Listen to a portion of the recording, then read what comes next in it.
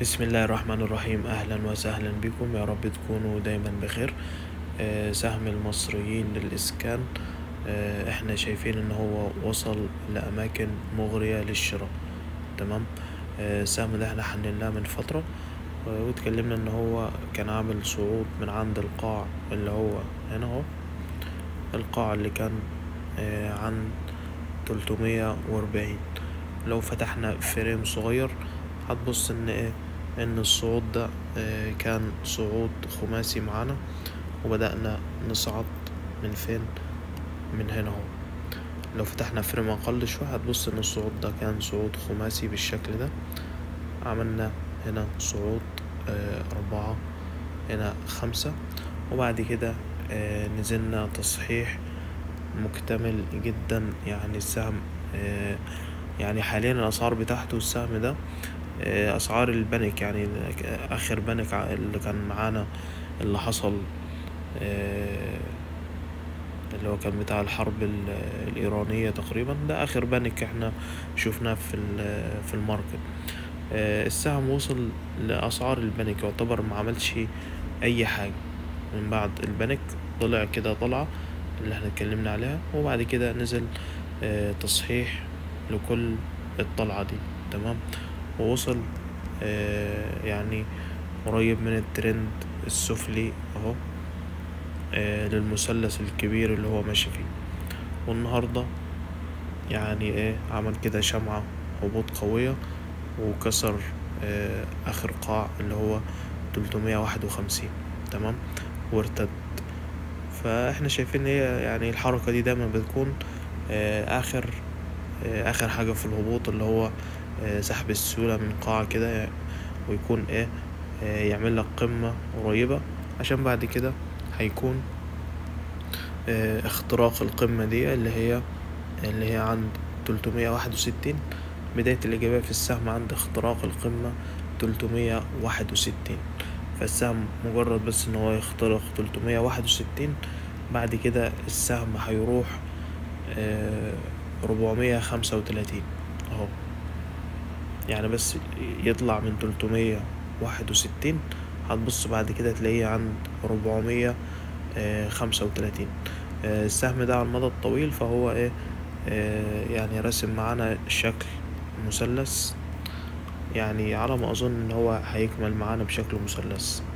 وحتى الان طبعا يعني لسه مثلث لسه مكملش، ولكن هو هيمشي معانا كده بالفعل في مثلث. تمام اهو. دي هنا كانت احنا حاليا شغالين في الضلع اللي هو الدي. تمام. فالضلع دي كده المفروض ان هو هيطلع كده، وممكن يعمل اختراق كده جزئي للترند السفلي بتاع المثلث. تمام. يعمل كده اهو، يروح بعد كده يروح نازل تاني، يعمل كده، يعني يعمل كده يروح يخش تاني جوه المثلث. تمام اهو. وعلى المدى الطويل المثلث نفسه ده، يعني المثلث ده هو هيكون ترقيمه معانا في رقم 4. يعني لو نبص كده الصعود اللي هو من هنا 1، هنا 2، هنا 2، هنا 3، هنا 4. المفروض ان احنا عندنا صعود تاني رقم 5. تمام. وهدف المثلث ده ان شاء الله هيكون مثلث يعني استمراري، اللي هو احنا المفروض بعد المثلث ده هناخد كده نفس الصعود اللي احنا عملناه، هناخده كده الناحية التانية. يعني عملنا كده صعود، هنا دخلنا في فرنج عرضي مثلث، المفروض ناخد نفس الصعود اللي من البداية ده يتحط كده تاني الناحية التانية للمثلث. تمام.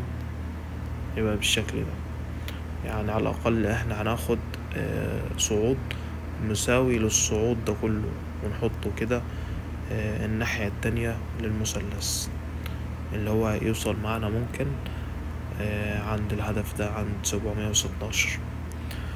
فالسهم ده يعتبر متأخر عن الماركت كتير، متأخر عن الصعود. تمام. فانا اعتقد كده يعني ايه، نعتقد كده ان هو هنا ان شاء الله مكان شراء ممتاز. وممكن برضو يعني ايه، اما تستنى اختراق 361 وتحط برضو، يعني لو عايز حد شراء من المكان ده ماشي، من بكرة ماشي ينفع للشراء مع ايقاف الخسائر 340. تمام. هو يعني ده 340 ده ايقاف الخسائر المؤقت يعني، لكن طبعا ايقاف الخسائر اللي هو الرسمي فعلا اللي هو القاعدة، اللي هو القاعة 321. ف 340 يعني ممكن يغير معانا السيناريو شوية، ولكن برضه هيمشي ان هو مثلث، يعني حتى لو كسرنا 340 فده برضه هيتحسب معانا مثلث. ولكن احنا ان شاء الله مش هنكسر 340 بإذن الله يعني. تمام.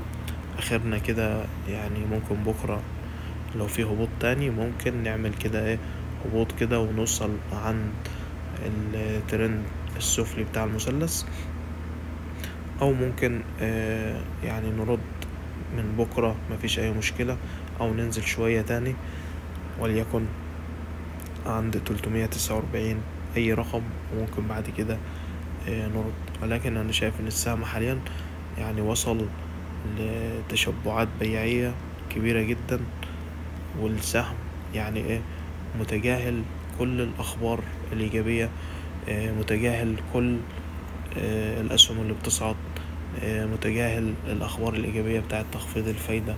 يعني المفروض ده سهم في قطاع الاسكان، المفروض يبدأ ارتفاع مع قطاع الاسكان، ولكن السهم متجاهل ده كله خالص.